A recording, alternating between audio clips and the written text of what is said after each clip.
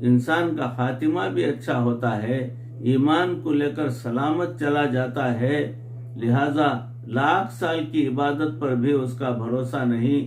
محبوب کی زبان مبارک سے یہ بشارت مل رہی ہے کہ چند لمحوں کی صحبت سے اللہ رب العزت وہ نعمت عطا فرما دیتے ہیں کہ وہ بدبخت نہیں ہو سکتا۔ اگر ہم امت مسلمہ کی تاریخ کو دیکھیں تو جتنی بڑی بڑی ہستیاں گزری ہیں جن سے اللہ نے دین کا کام لیا، سب نے مشائخ کی صحبت پائی ہے۔ چنانچہ امام قشیری رحمۃ اللہ علیہ نے لکھا ہے کہ جتنے بھی بڑے بڑے علماء گزرے، فقہا گزرے، سب نے کسی نہ کسی کی صحبت پائی۔ سب سے پہلے امام اعظم حضرت ابو حنیفہ رحمۃ اللہ علیہ ہیں، اسی لیے جتنے فقہا اور محدثین ہیں وہ بالواسطہ یا بلا واسطہ حضرت کے شاگرد ہیں، لہذا حضرت کو امام اعظم رحمۃ اللہ علیہ کہا جاتا ہے۔ انہوں نے امام جعفر صادق رحمۃ اللہ علیہ جو ہمارے نقشبندیہ سلسلے کے بزرگ ہیں ان کی صحبت پائی، اور امام جعفر صادق رحمۃ اللہ علیہ نے قاسم بن محمد بن ابو بکر صدیق رضی اللہ تعالیٰ عنہ کی صحبت پائی۔ یہ امام قاسم رحمۃ اللہ علیہ فقہاء سبعہ مدینہ میں سے تھے، یعنی مدینہ کے جو 7 بڑے مفتی گزرے ہیں یہ ان میں سے ایک ہیں۔ اللہ تعالیٰ نے ان کو اتنا تقوی دیا تھا کہ حضرت عمر بن عبدالعزیز رحمۃ اللہ علیہ سے پوچھا گیا کہ آپ کی نظر میں اس وقت دنیا میں کون سا انسان ایسا ہے جو خلافت کا مستحق ہے؟ تو حضرت عمر بن عبدالعزیز رحمۃ اللہ علیہ نے فرمایا کہ اگر مجھے اختیار دیا جائے تو میں خلافت قاسم بن محمد کے سپرد کر دوں گا۔